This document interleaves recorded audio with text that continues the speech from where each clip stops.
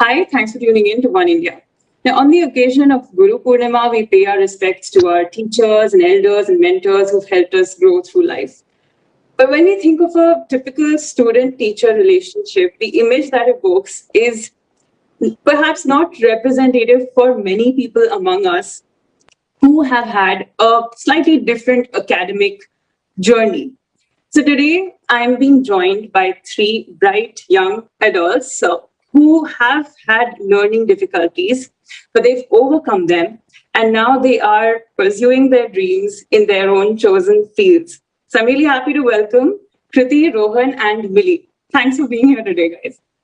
And I'm also being joined by Steenie ma'am, who's a special educator. She, like many other teachers, they are helping and hand-holding these children with learning challenges and helping them embrace learning in their own unique ways. So thank you so much, Steenie ma'am, also for being here.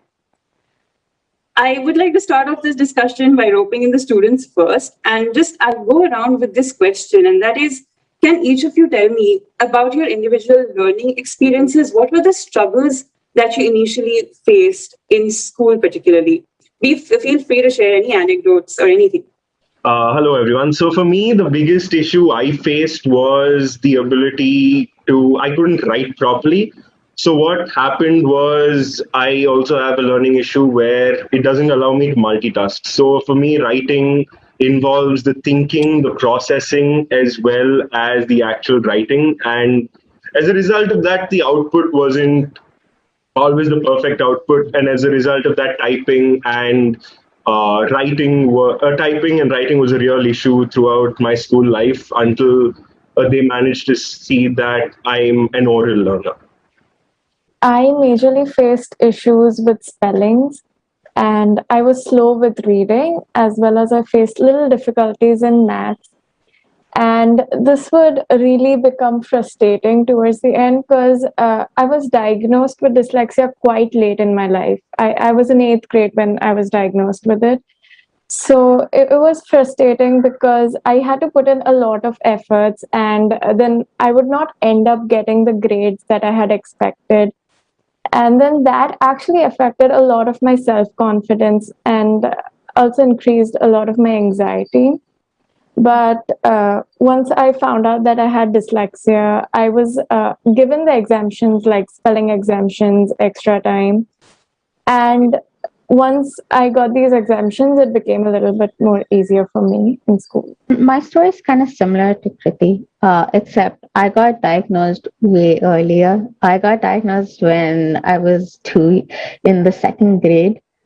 My mom figured out there was something different about me, and so she wanted to help me out. But even though I was diagnosed really early, didn't mean anything. Like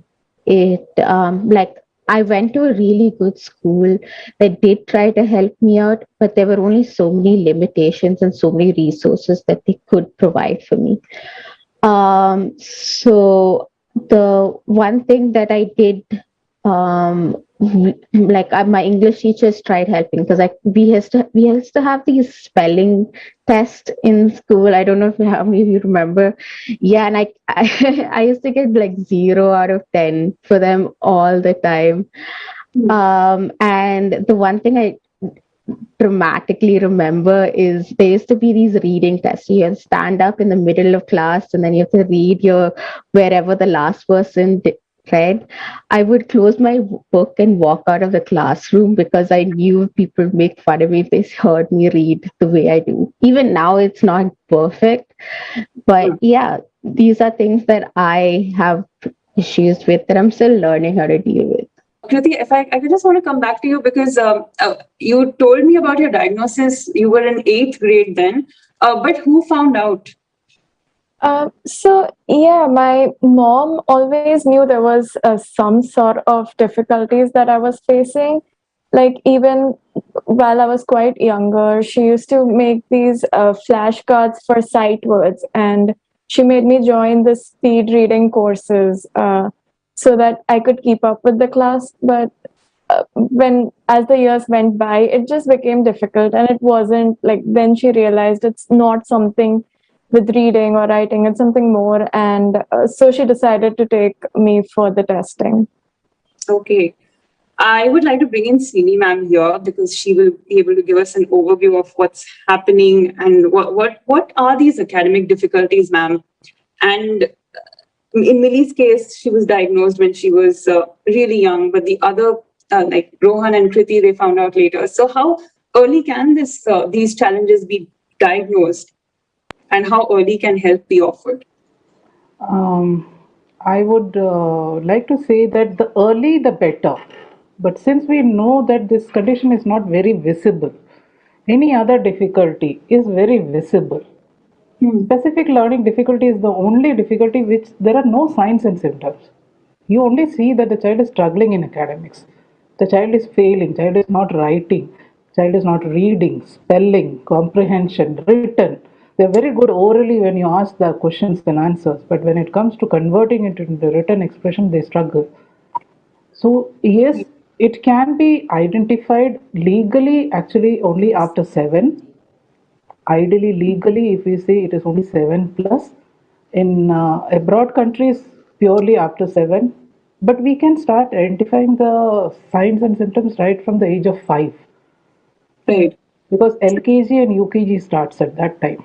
The science behind it, because it's not a deficiency in your vision. It's something else. It's something to do with the neurological processing of information. Brain is processing the language, the written content or the printed content in a very different way. For example, I'll try to explain it in a very simple way. If I read it as BAD, bad, one of the dyslexic child will be reading it as dad in 1 second, pad in the very next second, sad or any other which is similar to B or D in the very next, like 3 different seconds of the span of time, the the shape of the letters will be changing in the brain. So is it a problem with the vision? No, the brain looks at the alphabets in a very different way.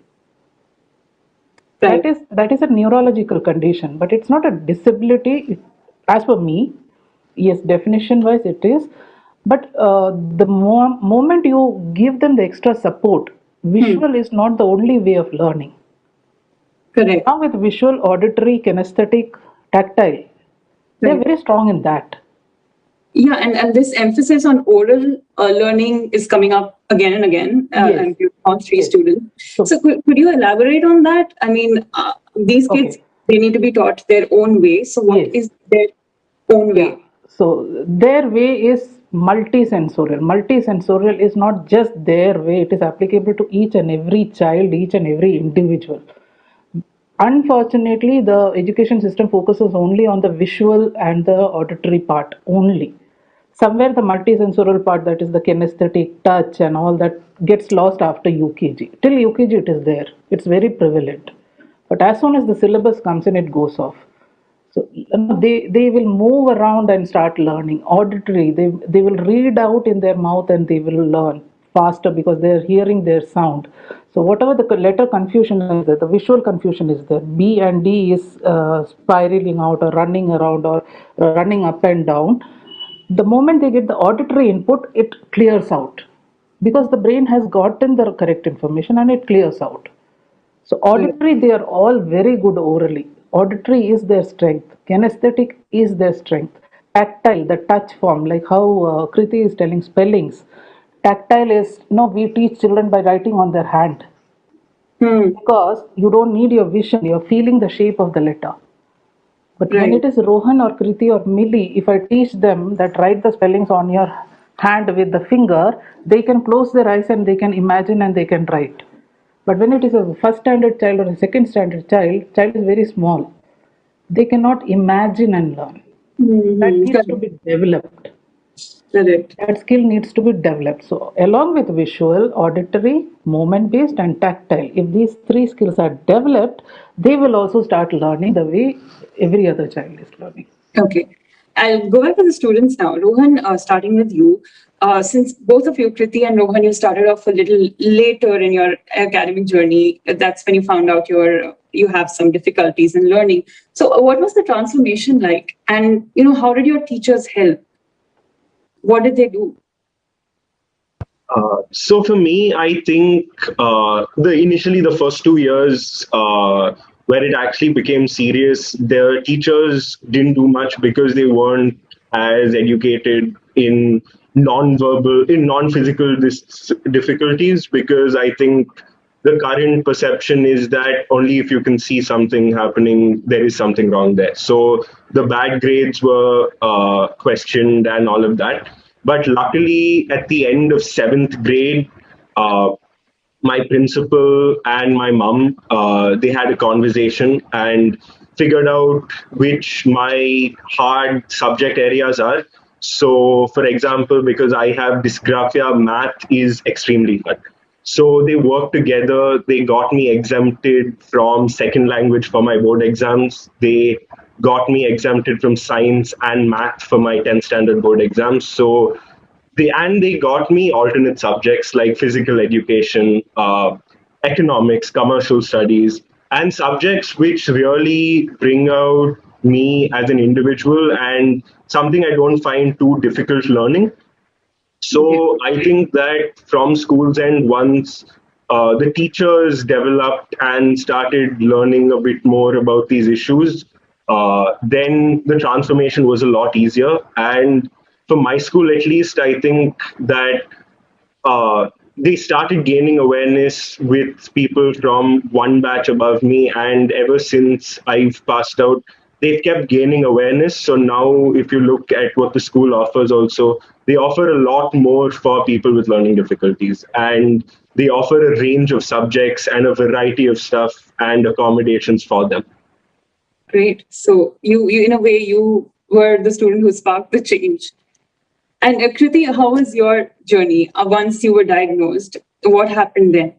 Like Rohan mentioned, not everyone knows how to deal with students who have learning disability.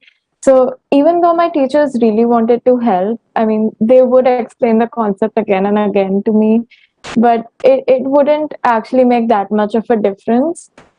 And I was always like an average student. So it really, I mean, that was also a reason why it never got diagnosed. But it really didn't make a lot of changes in as in studies. But one thing that happened was I accepted that it's not that I'm not intelligent. It's because I have this difficulty, and that made it a lot more easier to get by the years in school. Okay. So did you have support from your school, from your family? Yeah, of course, because as soon as we found out that I had learning disability, I joined remedial sessions. They weren't offered by school, but they were from some other external organization. But yeah, even school was there to guide us through, and like what exemptions would work best for me and stuff like that. All right, great. So, Mili, since you started your diagnosis was early, and you might have begun learning in a different way earlier, did that help you? And what was your journey like? To be honest, I didn't have no remedial classes or anything, even though I was diagnosed early, because there were no resources in the place that I came from. They just said you just need. I came from Kerala. So they said, and when I was there, when I was young, there weren't any resources there yet. But as I grew older, resources started coming. So now there's like this place called Vigyan Valley and a lot of other places available. Okay, but yeah, so when I was young, they always said, you just need to keep working, just keep trying harder, even though I was diagnosed. And I did.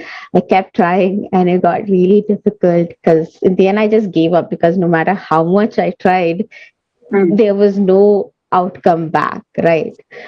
But then I went to Bangalore for like 2 years, and my tuition teacher was someone who had studied remedial coaching and stuff like that. And so she really helped me one thing that she did was she gave me the confidence to actually push me to get finish studying school. Like I plan to drop out of school as soon as possible. Um, yeah, and at the same time, my parents kept on pushing me. That's the one thing I was glad on. So they looked at. So I studied in a CBSE school. So like you said, you can get exemptions, you can get extra time and stuff. And so like I didn't do any of that. That was all my parents. They looked up what you can do if you get tested and stuff. And so they got all of that for me, which was Right. really helpful. Ma'am, can you elaborate on the kind of flexibilities and options that exist at school levels and various other levels, colleges, universities? Okay. So what, as Rohan mentioned, there are a lot of plethora of opportunities that are available. People are not aware of it, and they don't know whether it is. Now there is an anxiety. Is it the right decision for my child? So first thing is awareness, making people know that okay, these are available. So if I take it as flexibilities and options which are open at school level and college level, I would say exemptions are available right from first standard. That is the first thing that we need to tell people, that it is not just for board exam. Because the moment one parent knows and he goes and asks the school, they will tell it is for the board exam. No. Exemptions and flexibilities, all the choices are available from first standard. It is not a norm yet. It is definitely not a norm, but things are moving forward, specifically in the metro places. Other places, still there's a lot of struggle that is happening. We still need to work a lot. We are doing our level best to do that, but things are happening. Each child falling under the Disability Act 2016 has the right to take these exemptions and flexibilities at school and college level. So exceptions are choose any one language. Child can drop out the second and the third language. Stick to only one language, which is he or she is very comfortable. Choice of subjects, of course. If they're taking guidance, the guidance should be based on 50% of at least practical weightage of marks should be there. It should not be 100% theory. In school level, I'm talking now, more of it. Use of computers, use of scribe, use of calculator, assistive technology. Schools are opening up for the use of apps like speech to text, text to speech. Ashoka is one example. First Step School in Bangalore, I myself had a direct interaction with the principal. They were very open with that because we were seeking that exemption for one of the child who is with us. Recording answers, asking questions verbally, taking the answers verbally, or recording it and sending it to the teachers, which is very helpful for all special need children. Goal is to assess whether the child has acquired grade level knowledge, right? Which has which can be done orally or verbally too. It's not necessary child has to read the question and write the answer. Then only you can gauge the child's potential, or then only the knowledge can be gauged. Yeah. Colleges, yes, they also are having. I think after this readiness program, I have came to aware. Ashoka University Office of Learning Support gives all the information about what all should be available at college level. One more thing I want to say is if the subjects become difficult in the regular board, all these exemptions are applicable for all the board, CBSE, IB, ICSE, IGCSE, but it varies from board to board. But if the subjects are becoming really tough or the choice of subjects is not working out for the child, they should go for another option, that is NIOS or open schooling system. NIOS is there and IGCSE open schooling system, which is having many other flexibilities like lots of choice of subjects in NIOS. Child can write one or two subjects at one time. The burden comes down. Child doesn't have to write all the subjects at one time. It's a Okay. beautiful open schooling system which has been taken out by our government. And we as Indians, we only are not aware of it and we are not utilizing it. True, true. And ma'am, you were mentioning also once when I spoke to you before that to get these exemptions, you have to start early. So is that true even now? And did all of you have to face that issue? Like you had to begin really early to get exemptions from boards? it was pretty easy. We just had to get our psychometric tests done, and that, I think it takes a month or two to get all the results for the different tests. And yeah, we can give that. I think it's submitted through the school, and then we get the concessions. Okay, was that within the year of you appearing for boards? It happened that year? Yeah, so I think ICSE board has this policy that every 2 years you need to renew your certificate. Okay. So once I got it done in 8th and then again in 10th. Okay, all right. And how about you, Rohan?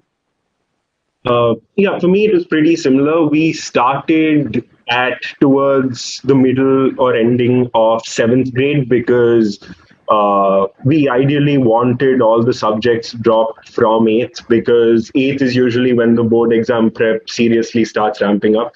So that's when, because in the ICSE board, you really only need the exemption from second language. Dropping science and maths is completely optional, because that's a group 2 subject under the ICSE board. So it's optional what you want to do over there. So that's when we started reaching out to get my second language dropped, as well as really getting myself extra time for the exams, because at that time we were still trying to figure out other ways for me to do my exams. But the two sure things were I needed extra time, and second language wouldn't be suitable. So we started in the middle of 7th. It got approved way before I started 8th grade. And ever since then, it was everyone in school as well.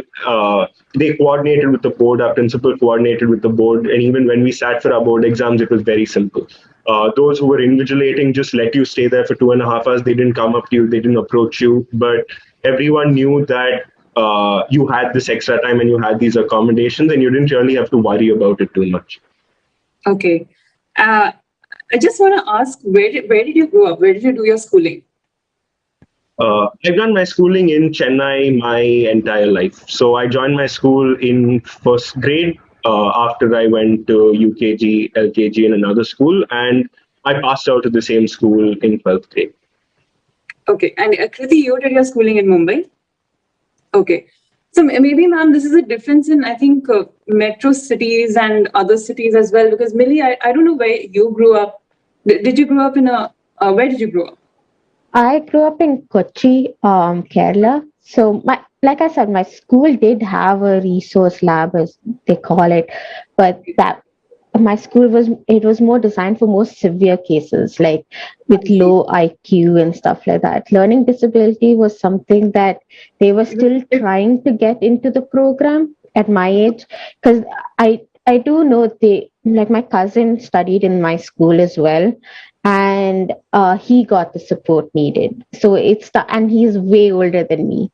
So it is just that the school didn't know how to make a system for it, in some sense. So when I came, they were still working on it. So then it was up to the students. And just imagine a 4-year-old, like a 4th standard kid saying, instead of playing, go to the resource lab and practice your homework. Yeah, so who's going to actually do that? But they, like, I have to really appreciate my school for everything. I had some great teachers in 3rd standard till 12th standard who really helped me through it. Did you also have to, did it take you a long time to get exemptions from the board you were studying in? So I think my parents went after this only for the board exam and nothing before that. So till 8th standard, I did all my subjects. And then they found out that you can get exempted. So then they were just like, let's drop second language, because that was the most difficult. And then I said I want to drop math. But then my mom was just like, no, you need that for the rest of your life. Anyway, so then we dropped second language and I took home science instead. That was... Yeah. I would just like to add here that needing maths for the rest of your life is such a myth taught to us by society. I don't need it. I don't need to do calculations anymore. And you can use calculators for that. Anyway, I want to ask you guys, what are you studying in college, and how's the college experience been? So, Rohan. So I'm majoring in psychology with a minor in performing arts.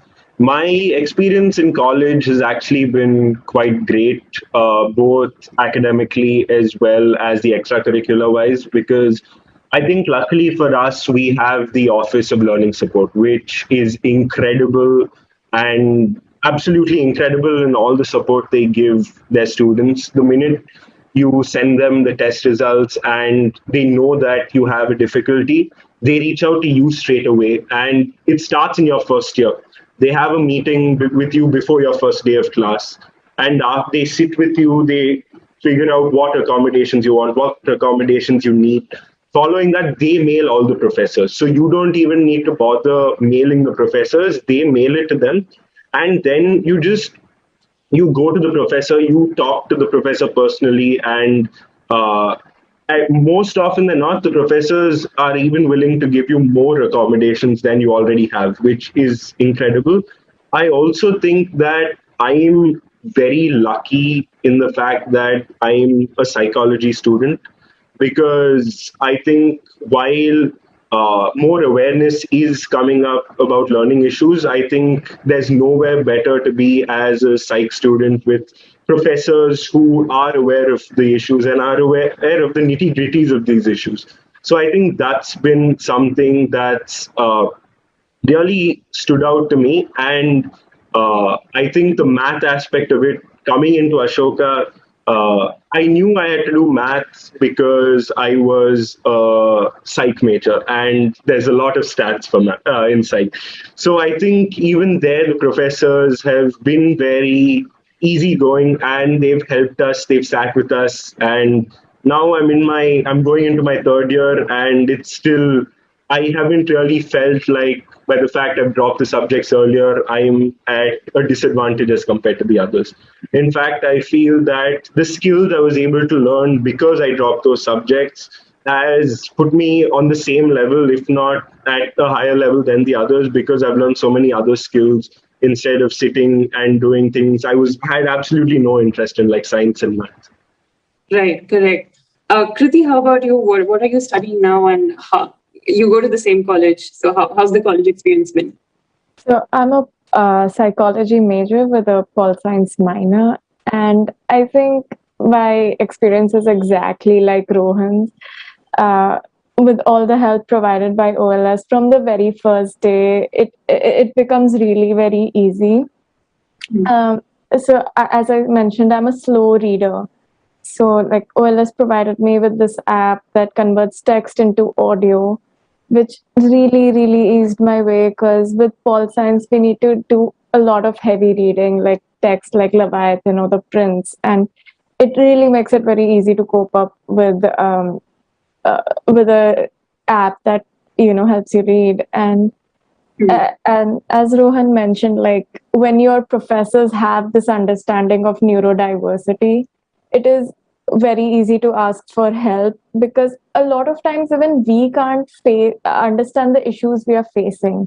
So when the professors understand it, or the teachers or educators, if they know what help we need, it becomes very easy for us to cope up. Mili, if I can come to you next, what are you doing now, and how's your college experience been?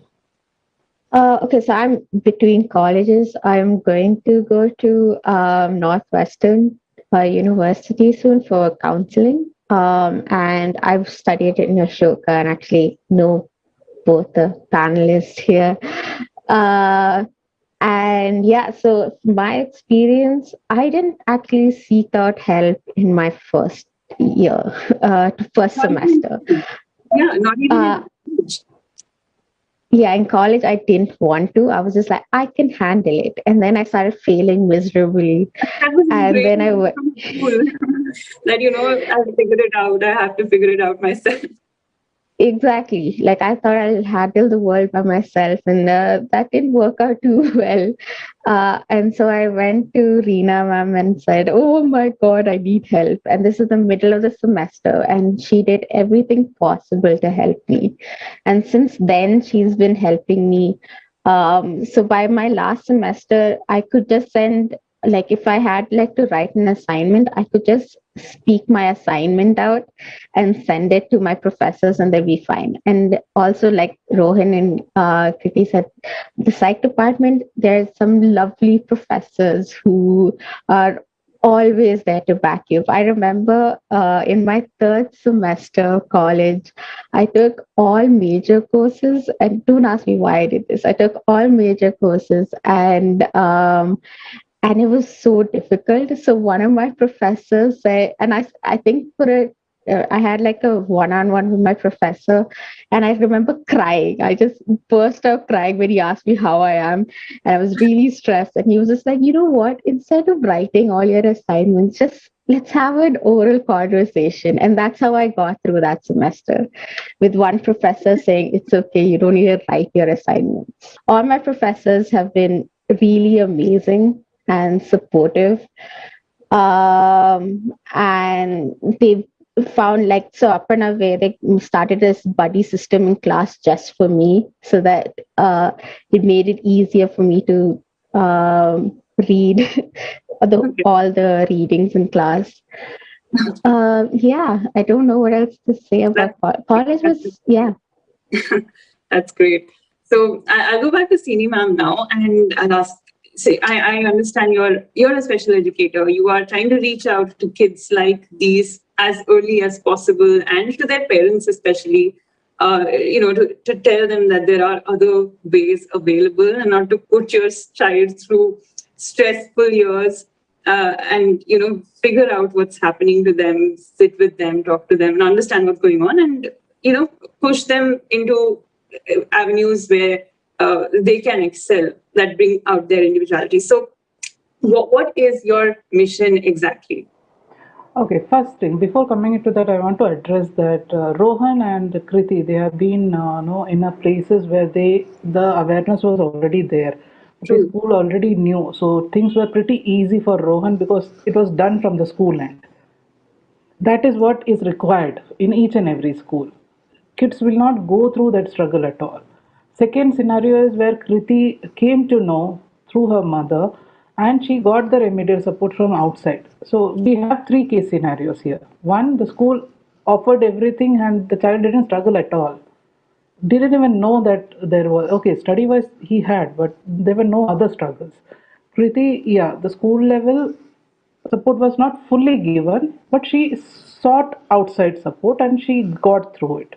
The third case is Milli's, wherein she knew or her parents knew, but they didn't get the right support. Now 80% of us are like Mili. 80% of children are struggling like Mili, because we are talking only about, if I'm talking only about Bangalore, there are only 20% of schools who are doing it.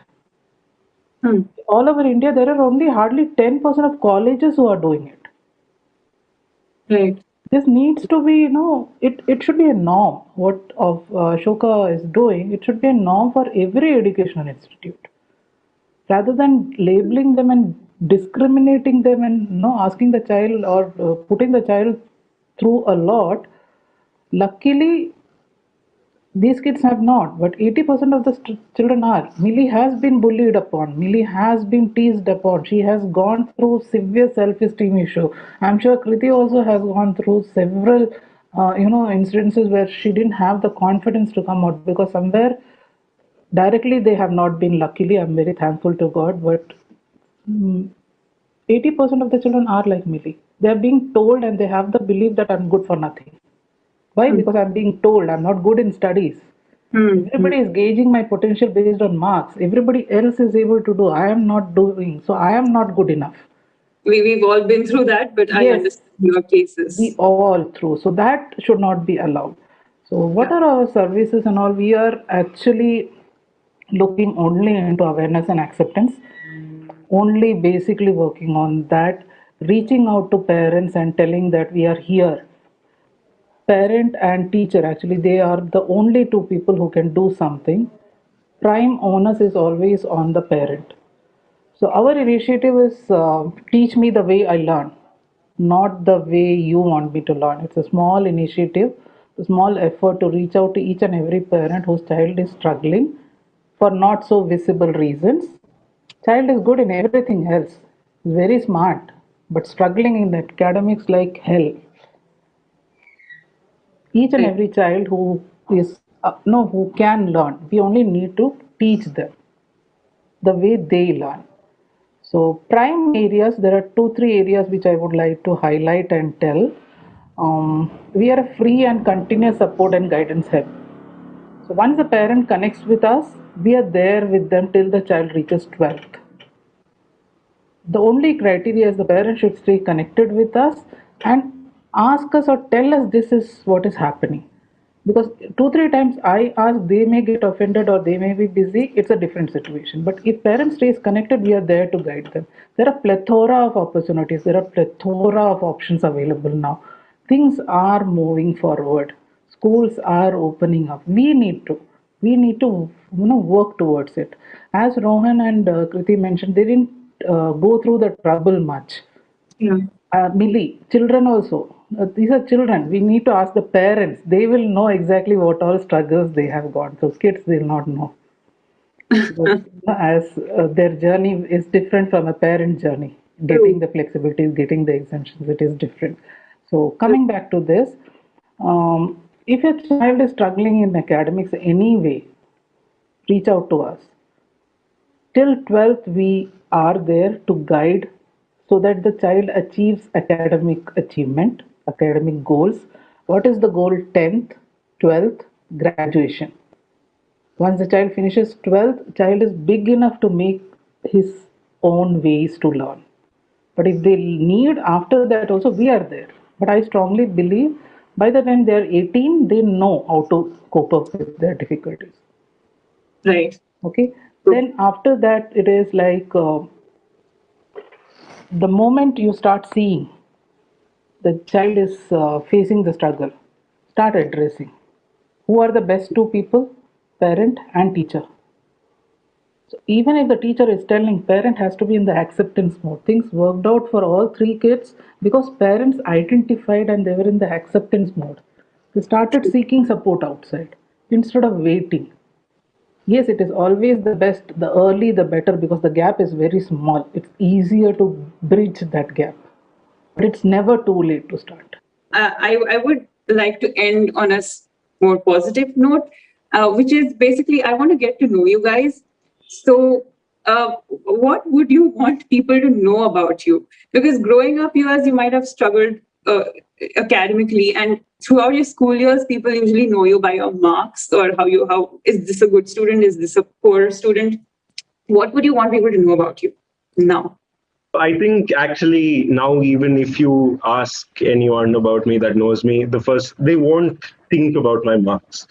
They think about the other stuff I've done because I've always been someone that I realized early on, okay, I'm not going to be at the top of the class. So then I decided, okay, let's aim to pass at academics and let's aim to build your strength and skills doing other stuff. So now I think if you were to ask someone about me, less, even people I went to school with, they'd focus less on the academic point of view and more on the fact that I watch about 6 7 sports. I've played 4 to 5 sports in my life. I like debate. I like drama, and they'll remember about all the other things that I've done instead of just the academic point of view, because that's something that I've tried very hard to work on. I've tried to make sure that, okay, especially in the school level, I'm not going to be near the top. What's the point of uh, unnecessarily getting disappointed there when you might as well work extra hard on other stuff, and over there you'll be able to achieve a lot more. Because me, for example, yes, I did okay in school, but I was able to go to Yale University for a debate tournament. I was able to I was able to actually go to Delhi for the India Today Cup, and So the school, even though, and even now, even though I wasn't the most academic person, they knew how to get the best out of me.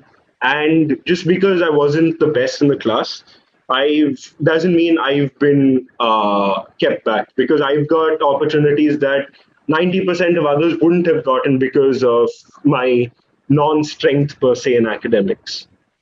True. I mean, it's heartening to hear the kind of backing you had from your school. Kriti, what would you want people to know about you? So I would want people to know that if even like because of dyslexia, if you are not good at reading or writing, it doesn't mean you can't achieve it later on or you can't do it.